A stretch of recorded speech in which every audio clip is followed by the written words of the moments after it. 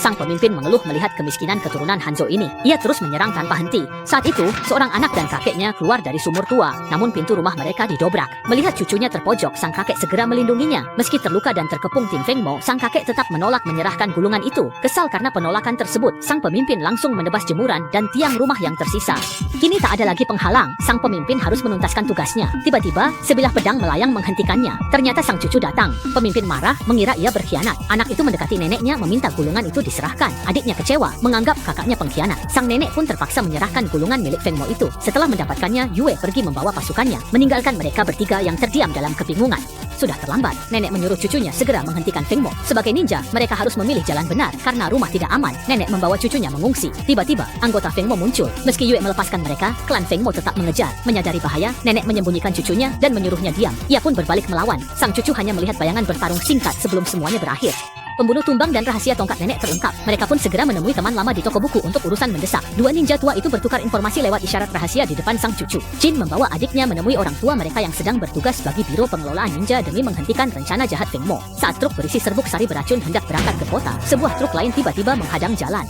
Jin membekap sopir hingga pingsan lalu bersiap menyusup ke pabrik. Tiba-tiba tim Feng Mo muncul di belakang truk, namun Jin menebas mereka semua dengan cepat. Setelah hambatan hilang, mereka bergegas masuk saat kotak serbuk sari beracun siap dimuat ke truk. Sementara itu, Zhongji merangkak di saluran ventilasi menuju ruang kabel. Ia membuka penutup saluran, melompat turun, lalu berlari ke kotak kabel dan segera memutus semua aliran listrik dengan senjata rahasianya.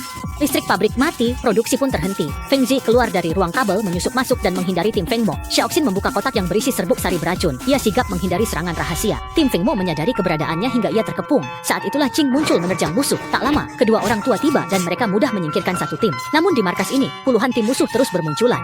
Meski tak terdesak, kepungan massa menghambat mereka hentikan rencana Feng Mo. Yue muncul di atas, melirik sekilas lalu pergi. Tak ingin terjebak, mereka membuka jalan bagi putranya dan tetap menahan musuh. Qin melompat ke tangga, terus menghindar dan menerobos kerumunan. Dengan tendangan, ia masuk ke lift barang dan menghabisi anggota Feng Mo di sana. Saat pintu terbuka, semua musuh tumbang. Ia langsung menuju ruang rapat utama Feng Mo yang sunyi. Suara kakaknya terdengar. Pertarungan akhir pun dimulai saat Yue menjelaskan pengkhianatannya.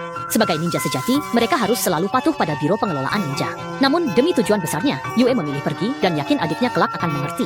Yue berharap adiknya mau bergabung, tapi itu mustahil karena Feng Mo adalah pihak jahat. Akhirnya, kedua saudara ini saling menghunus pedang. Yue menyerang bertubi-tubi hingga adiknya terdesak masuk ke dalam perangkap dan terluka parah. Saat Yue bersiap untuk berpisah selamanya dengan sang adik, Lei mencoba melawan namun senjatanya tertahan. Setelah ratusan babak, pedang Yue akhirnya terpental dan ia sendiri terjatuh, namun adiknya tidak menghabisinya. Ia melumpuhkan kakaknya dengan gagang pedang saja. Sebagai ninja yang enggan membunuh, Qin masuk ke rumah penuh asap yang berisi racun saraf. Dalam kondisi pandangan kabur, ia terus diserang oleh pemimpin Feng Mo. Namun, dengan menutup mata dan mengandalkan pendengaran, Qin berhasil melakukan serangan balik yang kuat. Saat Feng Mo mencoba berbuat curang dengan senjata rahasia,